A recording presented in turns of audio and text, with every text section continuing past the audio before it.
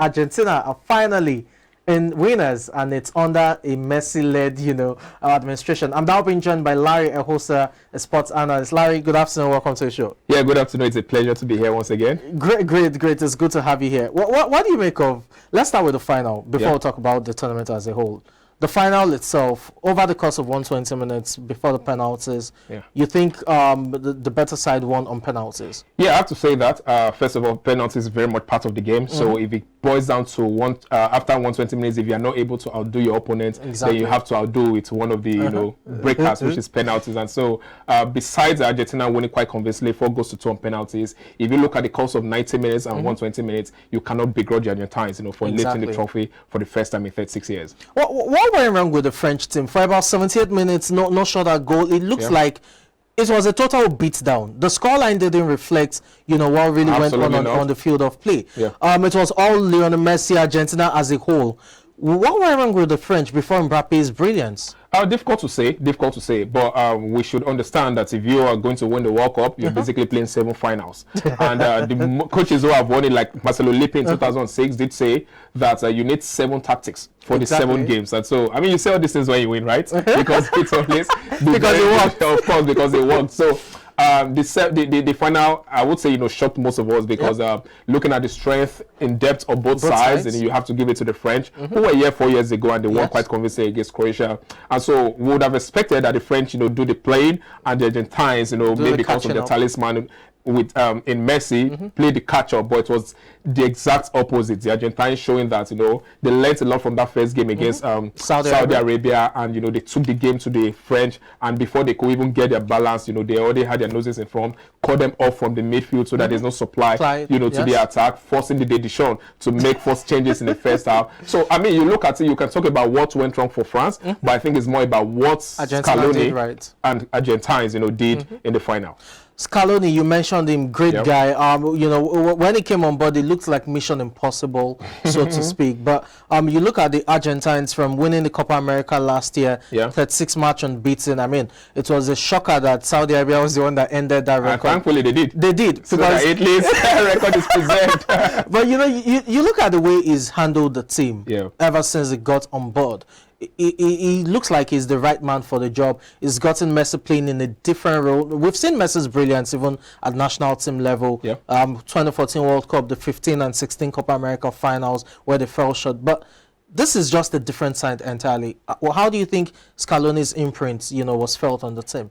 To be honest, I really would like to be in his mind right now to see how he did it. But in terms of impact, you can, all adjectives, he deserves all adulations right now, because upon his appointment in 2008, remember, Argentina fell short, in the second round to, coincidentally, France. It didn't inspire confidence because it's not one of those big names and all that. And the following year, Copa America, they got kicked down in the quarterfinal. It's like, hey, what's this guy doing here? But they stuck with him because the Argentine Federation probably saw 1 or 2 things, he was putting in place. And for the first time since 1993, they won the Copa America. And for the first time in 36 years, they've gone ahead to win the World Cup. I think it's helped them to play as a unit. Of course, you agree with me that this isn't the best Argentine squad we've seen in recent years. There was a time that they had heavy hitters in all departments. Right now, a few star players, most of which are on their last legs, and of course, some very disciplined and committed players. So to have a team is different from just having a squad. He's managed to make a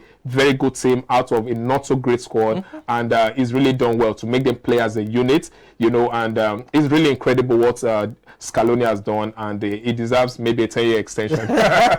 From the Copa America to the Finalisma, where it was also another one-way traffic in the final, down to this, it's all been, for Messi, is this the crowning moment? We'll get down to this debate. We can't avoid it. Now, those who have said greatest of all time, I think this puts to bed the debate between he and Ronaldo. But when you look at other greats from Maradona to, Pele, does this really etch his name, not just in that discussion, but probably above them? I think so. I think even before this, it was obviously slightly ahead of Ronaldo in terms of performance, in terms of stats and everything. It's very much ahead in terms of number of laurels as well, individually and collectively.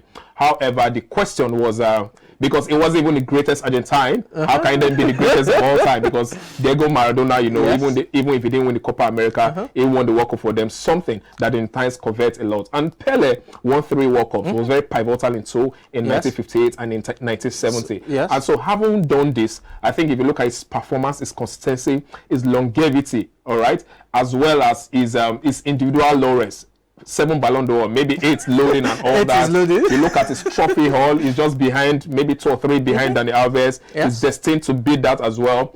And you put all this together, winning the World Cup, winning the Copa America, then you cannot but, the debate will still be on, but you cannot but lean towards Messi as the greatest player of all time. It's all about LeBron James at this time, as Anthony Davis is even out for the Lakers, and he will be out for multiple weeks due to a right foot injury. The Lakers were in action at the wee hours of today against the Washington Wizards, and it was a 119 to 117 points win for the Lakers over the Wizards. LeBron James scored 33 points, also contributed 9 assists to the cause. You had Lonnie Walker, the fourth, scoring 21 points for them. Thomas Bryant, with a rare start, starred in the last 4 games, scored 16 points, also amassed 10 boards in there as the Lakers won their 3rd game in the last 4 matches. For the Wizards, it's definitely a terrible run of form. The loss is their 10th in succession, and more importantly, it is their 13th in their last 14 games. So it shows you that as much as the Lakers are in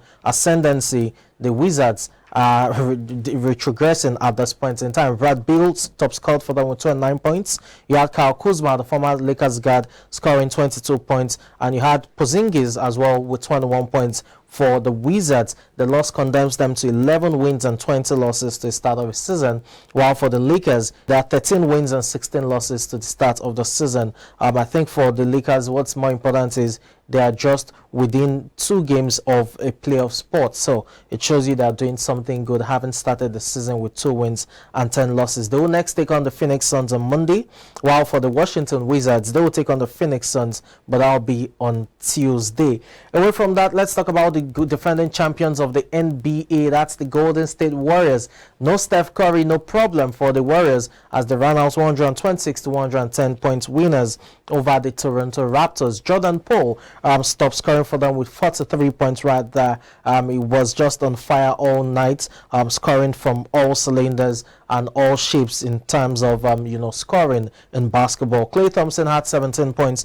Draymond Green returned to the side and also had 17 points and 9 rebounds. Not forgetting Kevin Looney with 11 points and 11 rebounds, as the Warriors won their 15th game of the season, although they've suffered 16 losses as well. And this is a Lakers side that had to do without their talisman Steph Curry, who is out for a 2nd successive game due to a left shoulder injury. It's yet to be known when he will return. The good news for the Warriors is that he won't need surgery for the left shoulder injury, so it means he won't be out of action for months, but rather weeks, as it were. For the Toronto Raptors, you had Pascal Siakam top scoring with 27 points. You had Fred VanVleet with 22 points in there. Scotty Barnes with 17 points, but this was also an undermanned Toronto Raptors side, as you had Gary Trent Jr. out due to a left quadriceps injury, and it was a 2nd successive game he missed out. While for OG Anunoby,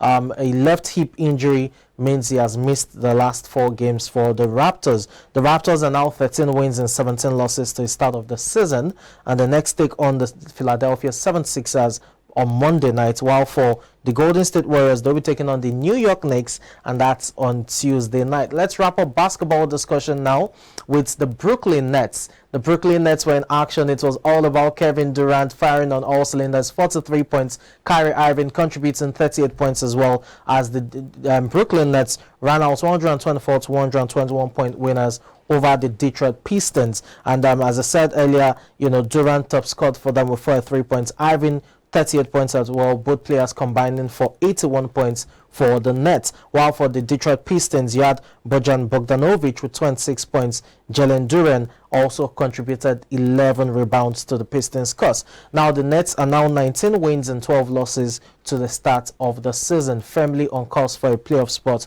While for the Detroit Pistons, it's not looking good at this point in time. There are 8 wins and 24 losses to the start of the season. Terrible form, you want to say. The Detroit Pistons, next take on the Utah Jazz, and that's a matchup that you should watch on Tuesday. While for the Brooklyn Nets, it's a showdown against a Curryless, Golden State Warriors on Wednesday. That's definitely should be a massive matchup for the Brooklyn Nets in that sense.